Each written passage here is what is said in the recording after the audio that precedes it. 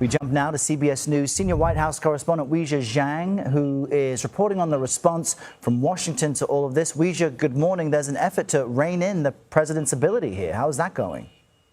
Good morning, Errol. Good morning to everybody. Well, the Senate shot it down yesterday, and today the House is expected to vote on a similar measure that would require Congress to authorize approval of military force. But you just heard from House Speaker Mike Johnson. You played that clip of him saying that it would kneecap our own forces, and he said that we are currently not at war.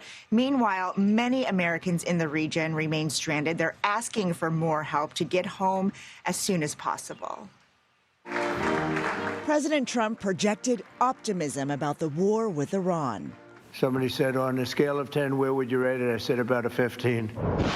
But the administration is getting lower marks for its efforts to help Americans escape the conflict zone. Trump was asked this week why there wasn't an evacuation plan.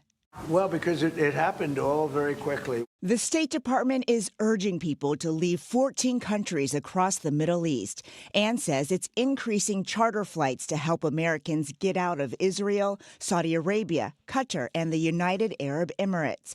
More than 1 million U.S. citizens are believed to be in the region, although it's unclear how many are actively trying to leave. We need to know where you are. We need to have contact information for Americans that need assistance.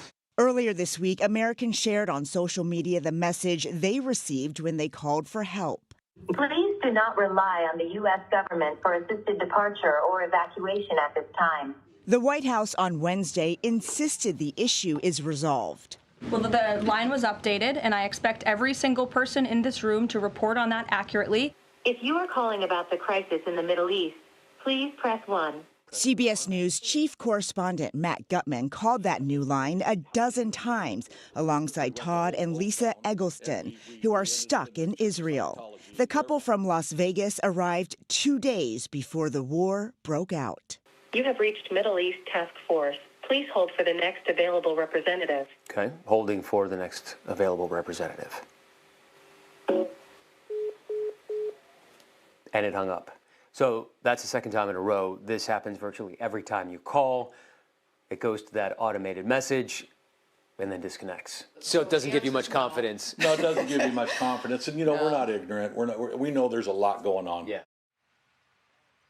To be fair, just this morning, we called the phone number for people calling from the U.S. to get help, and we were able to reach a human, but our producer abroad still hasn't been able to do that. The State Department says it has helped at least 6,500 U.S. citizens get back to America, and about 10,000 others have made it back on their own. Now, just yesterday, Errol, the first U.S. government charter was able to leave 5 days into the conflict. Still, the White House insists they are going to keep helping until every American gets home safely.